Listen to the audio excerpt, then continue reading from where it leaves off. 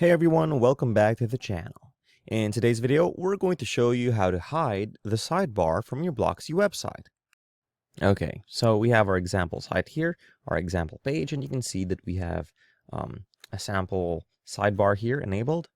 So let's go on Customize and enter the WordPress customizer. Okay, once we're here, since this is a page, let's go down and hover and click on Pages.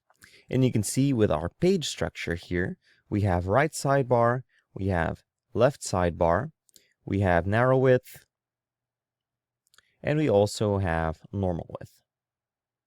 Now that our sidebar is gone, we can also adjust some spacing.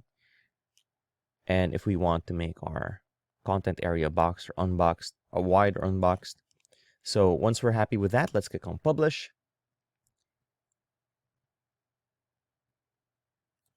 And here we have our live site.